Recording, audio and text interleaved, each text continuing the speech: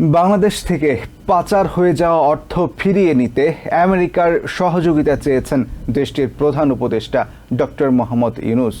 বৃহস্পতিবার সকালে state secretary Antony ব্লিনকেনের সাথে সাক্ষাতে তিনি এই সহযোগিতা চান।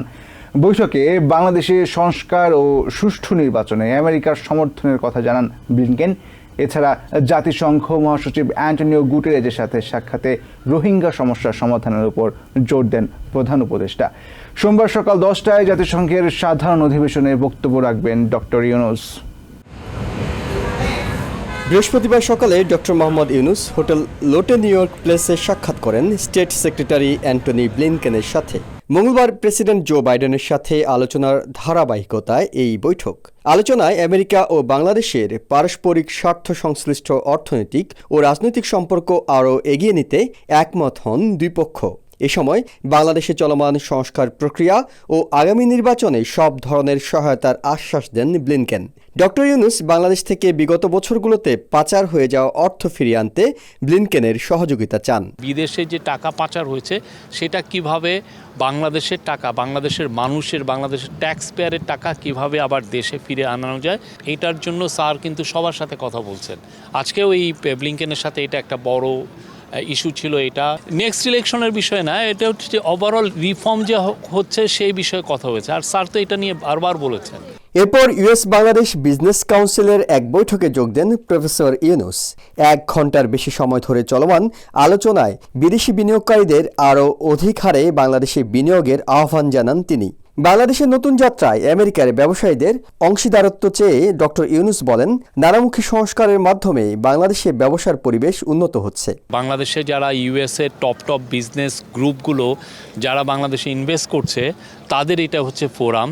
তো সেখানে স্যার একটা খুবই গুরুত্বপূর্ণ ভাষণ দিয়েছেন। আপনারা দেখেছেন, আমরা এই ভাষণটা আমাদের সোশ্যাল মিডিয়া পেজে, আমাদের হোয়াটসঅ্যাপ পেজে সবার জন্য আমরা শেয়ার করেছি। দুপুরে জাতিসংঘ সদর দপ্তরে সংস্থাটির মহাসচিব অ্যান্টনিও গুতেরেজের সাথে বৈঠকে ডক্টর ইউনূস রোহিঙ্গা সমস্যা সমাধানে আন্তর্জাতিক সম্প্রদায়ের সহযোগিতা চান। এছাড়া মানবাধিকার ও গণতন্ত্রের প্রশ্নে বাংলাদেশকে সহযোগিতা অব্যাহত রাখার ঘোষণা দেন মহাসচিব। নতুন সরকারকে সমর্থন জানান তিনি। বাংলাদেশের সাথে বিভিন্ন ইস্যুতে তারা সাহায্য করতে চায় এবং ওরা রোহিঙ্গা ইস্যুতে আপনারা জানেন ইউএনের বড় একটা রোল আছে, সেই ওরা কন্টিনিউয়াস একটা সাপোর্টের আশ্বাস দিয়েছে এবং এটাও বলেছে যে আসলে রোহিঙ্গা ইস্যুর মূল যে সলিউশনটা এটা আসলে নর্দার্ন রাখাইনে মানে মায়ানমারের ভিতরে আছে। তারপরে তারা বাংলাদেশের রোলে তারা খুবই খুশি। নেদারল্যান্ডসের প্রধানমন্ত্রী ডিক শপের সাথে বৈঠকের পর আইসিসি প্রসিকিউটর করিম এ খানের সাথে বৈঠক করেন ডক্টর ইউনূস। তবে এই সময় বাংলাদেশে জুলাই বিপ্লবের সময় চলমান নির্যাতনের ঘটনার তদন্তে আপাতত কোনো সহযোগিতা চাওয়া হয়নি বলে জানিয়েছেন প্রধান উপদেষ্টার প্রেস সচিব। যে কারা কারা এটা ঘটনাটা ঘটিয়েছে, কার অর্ডারে এই বাংলাদেশের ইতিহাসে সবচেয়ে ন্যাক্কারজনক একটা ম্যাস মার্ডার হয়েছে, গণহত্যা হয়েছে, হ্যাঁ, এইটা তো ওদের রিপোর্টে আসুক।